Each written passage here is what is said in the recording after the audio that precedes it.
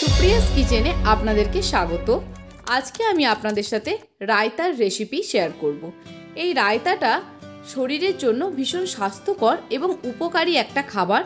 গরমের দিনে এই রায়তা শরীরকে ঠান্ডা রাখে এবং হজমেও সাহায্য করে। এখানে আমি 300 গ্রাম টক দই ব্যবহার করছি।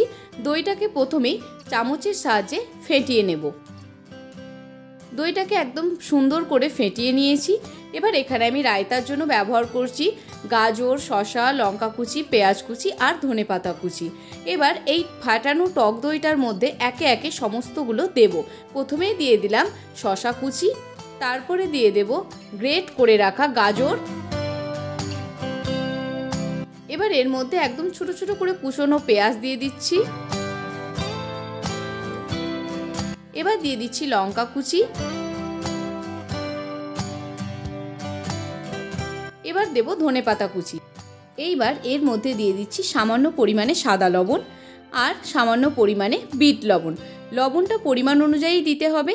1/3 টিস্পুন দিয়ে দিলাম ভাজা মশলার গুঁড়ো। এখানে আমি জিরেটা ড্রাই রোস্ট করে একটু গুঁড়িয়ে নিয়েছিলাম।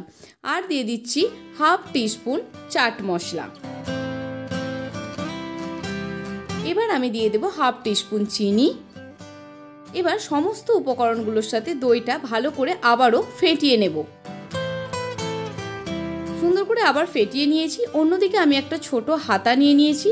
সে হাতাটার মধ্যে অল্প একটু রিফাইন্ড অয়েল দিয়ে তাতে অল্প একটু জিরে আর সর্ষে, কালো সর্ষে দিয়ে সেটা একটু ভেজে নিয়ে সেটা ঠান্ডা হয়ে যাওয়ার পর এই রায়তার মধ্যে মিশিয়ে দিচ্ছি।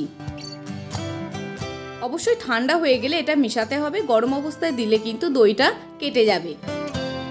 সুন্দর করে আবারও একবার ফেটিয়ে নিয়েছি। এবার আমি গার্নিশিংয়ের জন্য উপর থেকে কিছু ধনেপাতা দিয়ে দিচ্ছি।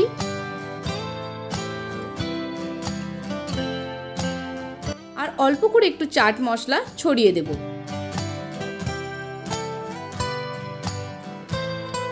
গরমের সময় এই রায়তাটা রুটি, পরোটা, বিরিয়ানি, পোলাও এইগুলোর সাথে খুবই সুন্দর খেতে লাগে। অবশ্যই বাড়িতে একবার বানিয়ে দেখবেন। আর ভালো লাগলে আমাকে কমেন্ট করে জানাতে ভুলবেন না। আমার চ্যানেলে যদি নতুন হয়ে থাকেন তাহলে চ্যানেলটি লাইক, শেয়ার ও সাবস্ক্রাইব করতে পারেন। সাবস্ক্রাইব বাটনের পাশে যে বেল আইকনটি রয়েছে সেটাও প্রেস করে রাখবেন। তাহলে সবার আগে নতুন ভিডিও নোটিফিকেশন আপনার কাছে পৌঁছে যাবে। ধন্যবাদ, পাশে থাকবেন।